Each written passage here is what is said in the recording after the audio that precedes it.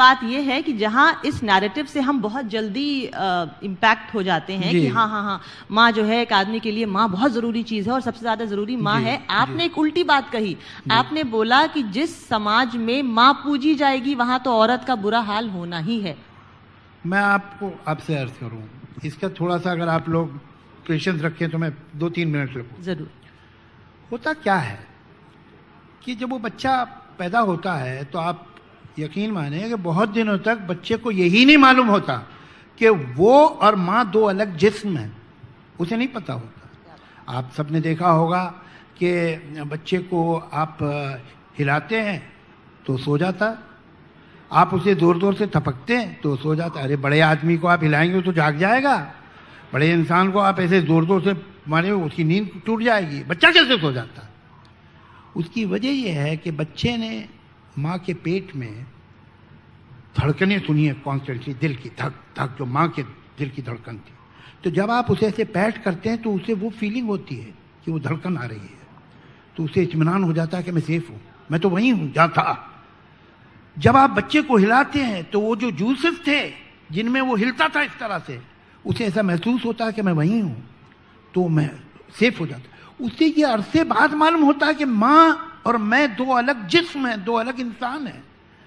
और उस गम को कम करने के लिए वो एक माँ जैसी चीज ढूंढता है, टेडी बेयर या एक ब्लैंकेट। वो चीज हमेशा नर्म होगी, गर्म होगी, मुलायम होगी, माँ की तरह। वाह।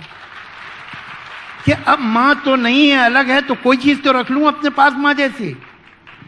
ये बच्चा जब बड़ा होता है तो वो देखता है कि उसकी माँ के साथ जाती है, उसका बाप उसे ह्यूमिलेट कर रहा है, उस की दादी उसे कर रही है, उसकी आंट उसे ह्यूमिलेट, उस घर में वो लड़की, वो औरत जो उसकी माँ है वो ह्यूमिलेट हो रही है।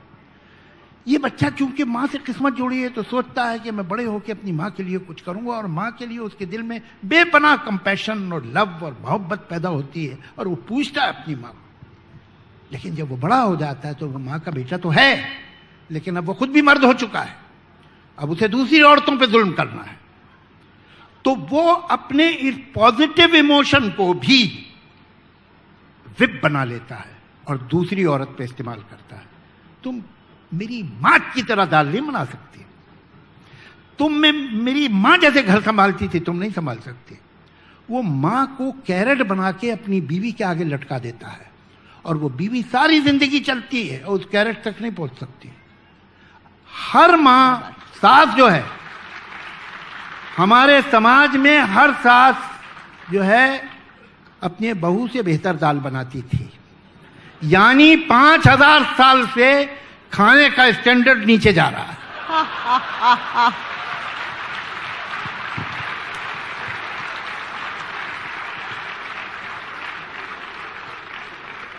ये कहना मां की पूजा होनी चाहिए। मां के तो पैरों के नीचे जन्नत होती है, स्वर्ग होता है, मां बहुत आदरणीय है, मां बहुत मुअज़्ज़ज़ है। अरे भाई मां बहुत रिस्पेक्टेबल है, ये बार बार कह रहे हो, तो कौन है जो रिस्पेक्टेबल नहीं है? बाकी औरतें, बाप के बारे में तो कोई नहीं कहता है, बाप की बहुत इज्जत होनी चाहिए। अब बाप की इज्जत नहीं करो घर से निकाल देगा, करनी ही पड़ेगी। मां के पैरों के नीचे जन्नत है, बाप के पैरों के नीचे जायदाद है।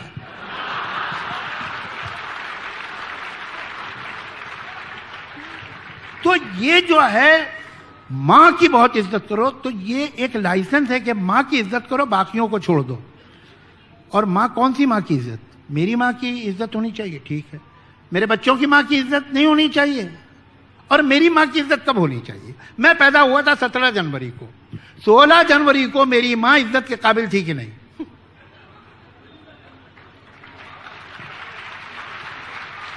अगर नहीं थी तो वो काहे की रिस्पेक्टेबल है? रिस्पेक्टेबल तो मैं हूं, मैं, she is living in reflected glory. ये सब बकवास। हर औरत की इज्जत होनी चाहिए, मां की क्यों? तो जिस समाज में बहुत इंसिस्टेंस है मां देवी है, अरे मां इंसान है, देवी नहीं है। तुम उसे वो राइट तो देना नहीं चाहते जो इंसानों को मिलते, उसे देवी बना के पेडेस्टल पे बैठा देते। बहुत अच्छी बात, बहुत अच्छी बात कही। कमाल है। बहुत। बाप देवता है कोई नहीं कहता, कभी सुना आपने? मैंने तो नहीं सुना। जी बिल्कुल। तो चलिए, मेरे तो सवाल पूरे हो गए और मैं अगर ये वीडियो आपको पसंद आई तो इस वीडियो को लाइक जरूर करें और भी ऐसी इंटरेस्टिंग वीडियोस देखने के लिए हमारा चैनल सब्सक्राइब जरूर करें और इस घंटे को भी दबाएं ताकि जब भी हम कोई नई वीडियो डालें तो उसका नोटिफिकेशन आप तक सबसे पहले पहुंच जाए।